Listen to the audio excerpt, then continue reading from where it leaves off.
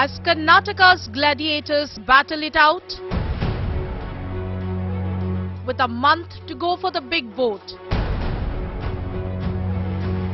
what are the 5 issues dominating Karnataka? 5 issues that have captured mind space and headlines. 5 issues that have scarred a beautiful state. From communal tension to corruption. From pothole deaths to the encroachment mafia. An unmissable ground report. Crisis Nataka. Hello and welcome. You're watching Karnataka's election special here with me, Nabila Jamal. In this episode, we're going to touch upon the crisis Nataka that plays out in the state. Karnataka indeed has had a tumultuous ride ever since its 2018 assembly elections. The state has really battled with many issues, starting with communal divide, failing civic infrastructure, or be it environmental disasters. The issues, we can't really rank them in any order here, but for sure, what's really grabbed headlines in the last few years has been issues of communal polarization and divide. In fact, be it the halal ban, or for that matter, the 4% reservation for Muslims that have been scrapped recently, or even the hijab controversy and the Tipu Sultan debate. It seems like these issues have really managed to make it to national headlines in the last few years. And this will surely be the biggest reason what will drive people here to come out and vote, and a huge challenge for whichever government here comes to power. Let's have a look.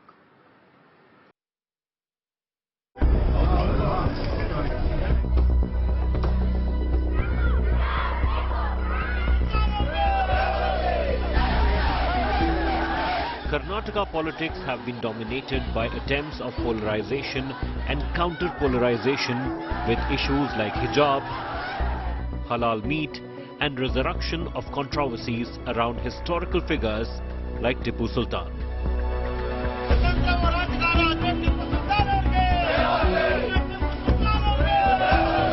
In 2015, then Chief Minister of Karnataka, Siddaramaiah, decided to celebrate Tipu Sultan's birth anniversary as Tipu Jayanti on 10th November 2016. BJP, then in opposition, called it appeasement politics to influence minority votes. They called for statewide protest against the celebrations, and many of them even boycotted the celebrations in their respective constituencies.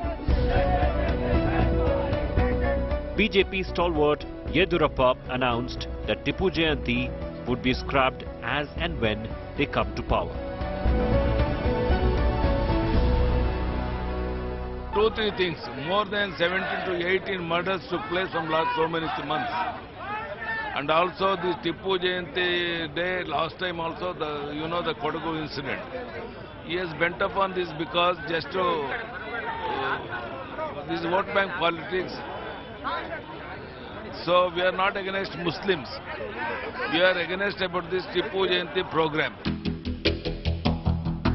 3 days after coming to power in 2019, Yedurappa government scrapped Tipu Jayanti, but the controversy did not die. In October that year, he also removed all references of 18th century Mysuru and Tipu Sultan from school textbooks.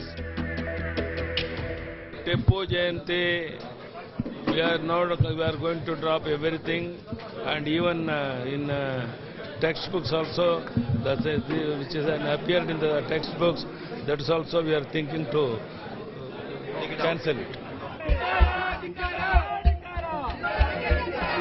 The debate around the legacy of 18th century ruler Tipu Sultan is not over yet in Karnataka politics. Whether he was a hero who led a campaign against the colonial powers, or a brutal king who targeted Hindus and other religious communities, is aimed at setting a particular kind of narrative in the run-up to the May elections.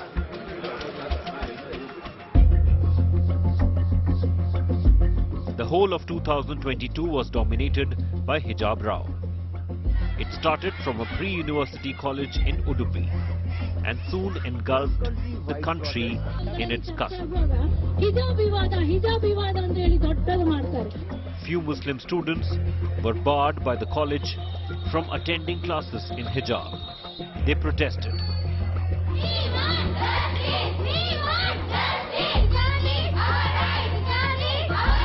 Hindu students in response came to attend classes in saffron shawls. The government intervened and the Muslim students went to court. Karnataka banned hijab in classrooms. As clashes broke out on the streets, war of words started among the political leaders. We did not wanted the education institution to become the warfield of two community. It is a sacred place where education is more important and every student should feel that we are equal. We are the citizens of the country. We should not be identified by our any dharma or etc. So we government clearly took a stand that this should not be done at the premises of the institutions. Constitution has given us an opportunity to do what, how to do, what to wear, what not to wear. There are institutions which has their own law and constitution. Any parent who want to admit their child, they will look at that and send their child. So it is the choice which curriculum, which dress a child has to wear, the institution has it. Now a lot of changes are going on in Karnataka. The small problem was being occurred, the government would have sorted out. It has completely failed. In March, Karnataka High Court ruled saying hijab is not part of essential Islamic religious practice and upheld state government's ban on wearing headscarf in educational institutions. The legal battle over hijab reached the apex court, and in October 2022, Supreme Court delivered split verdict on hijab ban. It directed appeals against Karnataka High Court order before CJI for constitution of larger bench. In March this year, some students sought a directive from the apex court for the government educational institutions in Karnataka to allow them to appear for examinations wearing the hijab. The SC refused urgent listing of the application. The hijab ban by the Karnataka government has led to a fall in the number of school-going Muslim girls. In court, one of the lawyers appearing on behalf of Muslim girls challenging the Karnataka High Court's verdict on hijab ban told the court that the ban had resulted in nearly 17,000 girls skipping their examinations in 2022.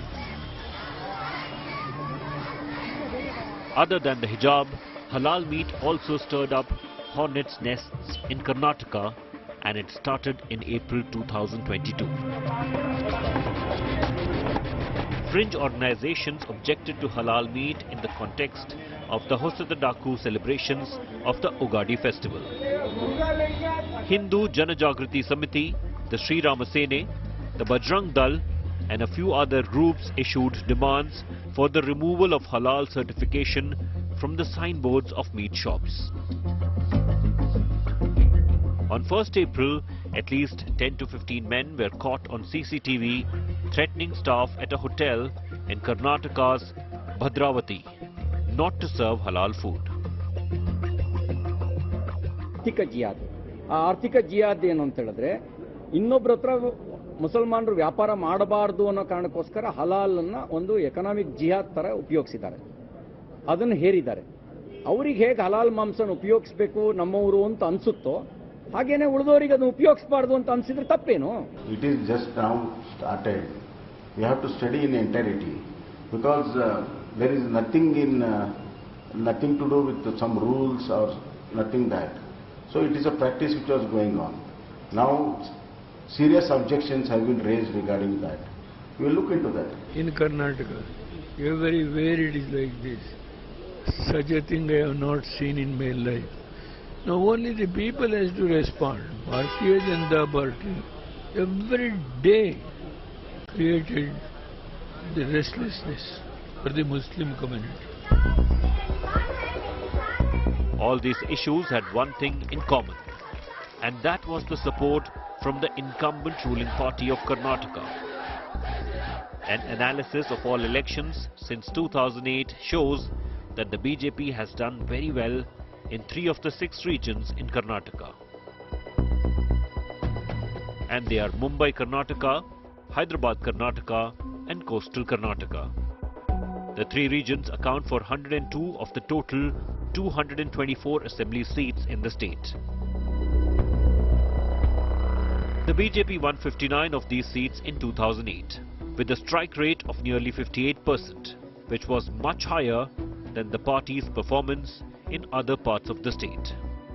After a blip in 2013, when the strike rate dropped to just 22%, BJP has gone from strength to strength in these regions in all subsequent elections. In the 2018 assembly polls, BJP improved its strike rate in the 3 regions compared to what was the case a decade ago. The 3 regions have a Muslim population in excess of 15%, which is much higher than the state average. According to credible reports, Muslims play a decisive role in as many as 40 assembly constituencies in the state. The community has a sizable presence in another 70 seats. What seems to have worked for the BJP is counter-polarization, raising the fear of the minority community with issues like hijab, halal meat and resurrection of controversies around historical figures like Tipu Sultan.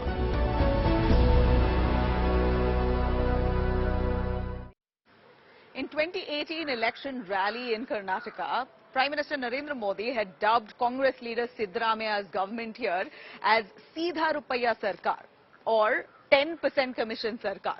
And now cut to 5 years later, BJP at the helm of affairs here with Chief Minister Basuraj Bommai is facing similar charges of corruption. In fact, they're being called a 40% Commission Sarkar. And with that, it's indeed clear that corruption is a big crisis to fix in the state.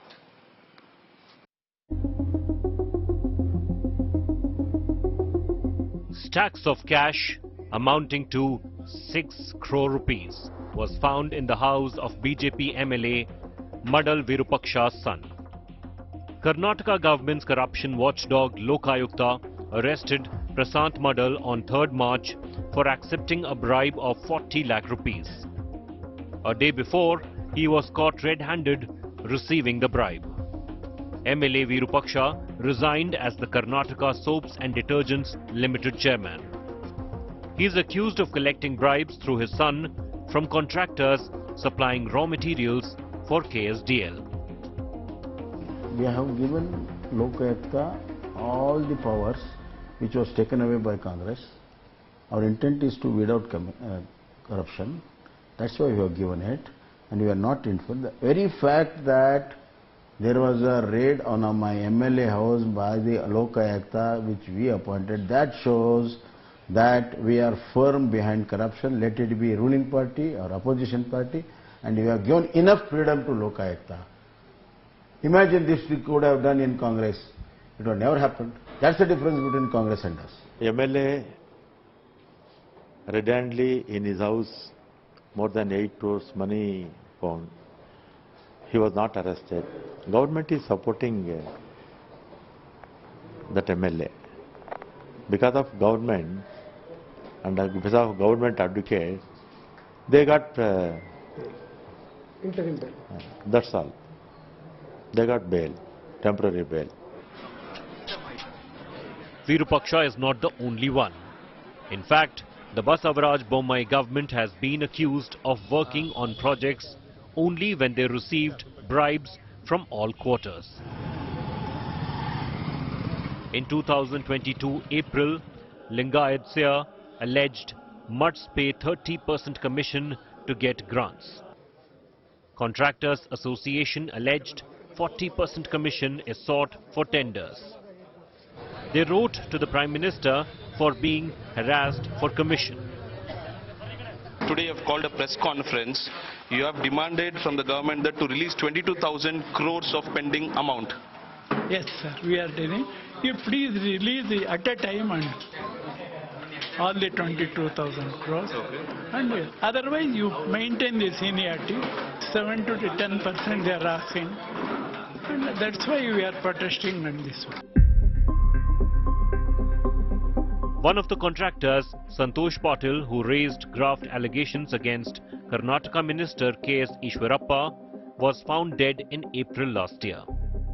He wrote to Prime Minister Modi and Union Rural Development and Panchayat Raj Minister Giriraj Singh, naming K.S. Ishwarappa State RDPR Minister and his associates, harassing him for commission to clear bills.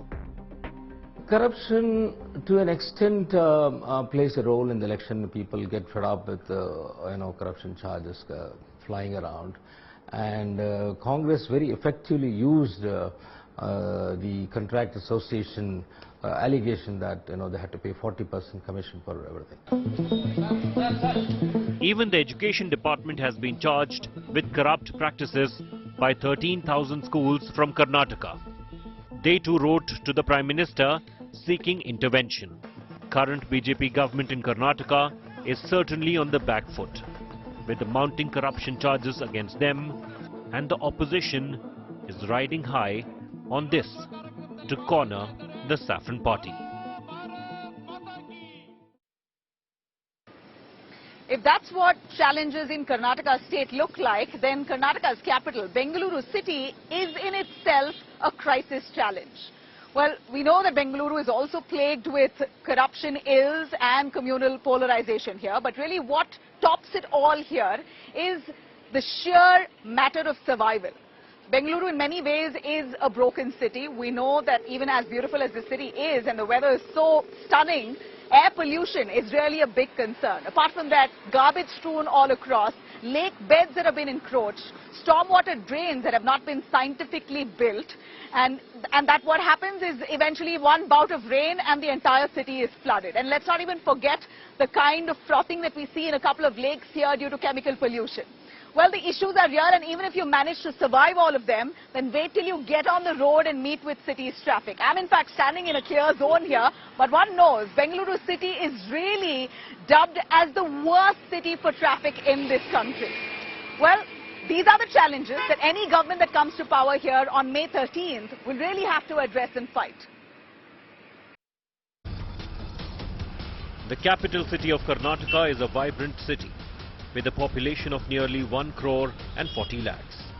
It's the hub of startups and tech tycoons of India, and it's also a death trap for its citizens.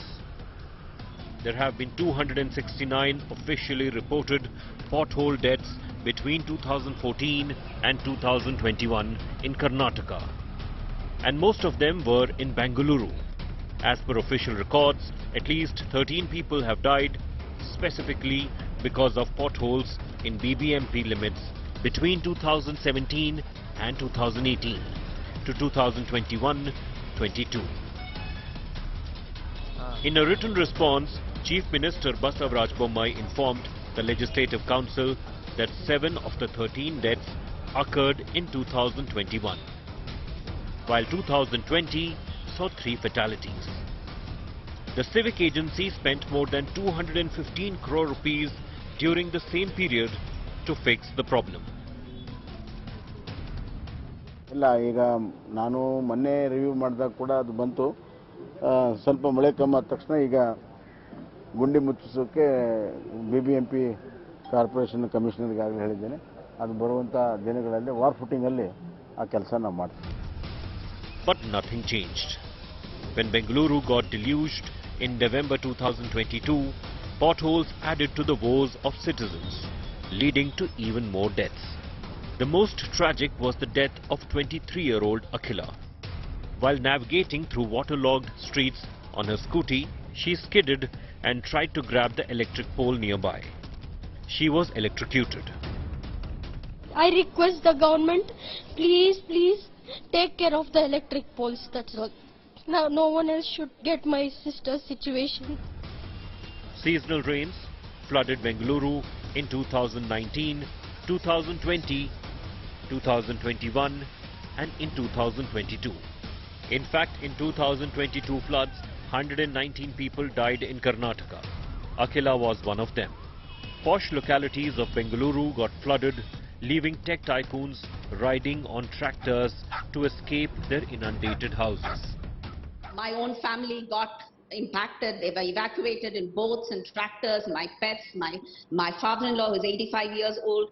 It was a nightmare, right? So we really would request our officials, our builders, everybody to come together to solve this problem. Not only the monsoon, Bengaluru otherwise is also sick with its overflowing garbage. Water bodies of the city are so polluted that from time to time the Bellandur lake is overflowing with froth.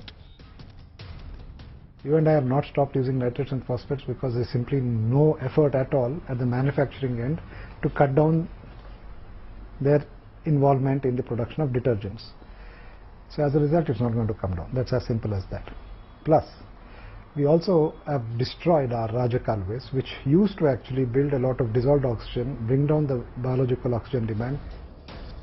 The main reason for this suffering of Bengaluru lies in the rampant encroachment of land. Cornered with criticism in October 2022, BBMP informed the Karnataka High Court that it had removed over 2,000 encroachments on stormwater drains.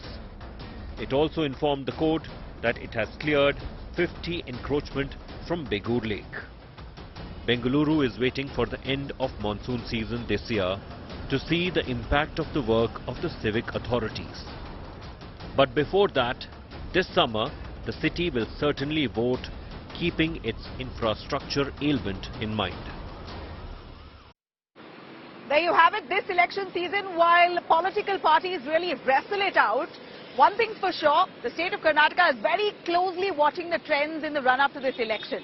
And all of us know, people of Karnataka have never voted a ruling party back to power. And with this kind of crisis Nataka now playing out in the state, it will be interesting to see if this poll trend continues or if the tides would change. Well, that's it for now. We're going to keep a close eye on it, and it's now time for me to say goodbye from here, Karnataka's Bengaluru.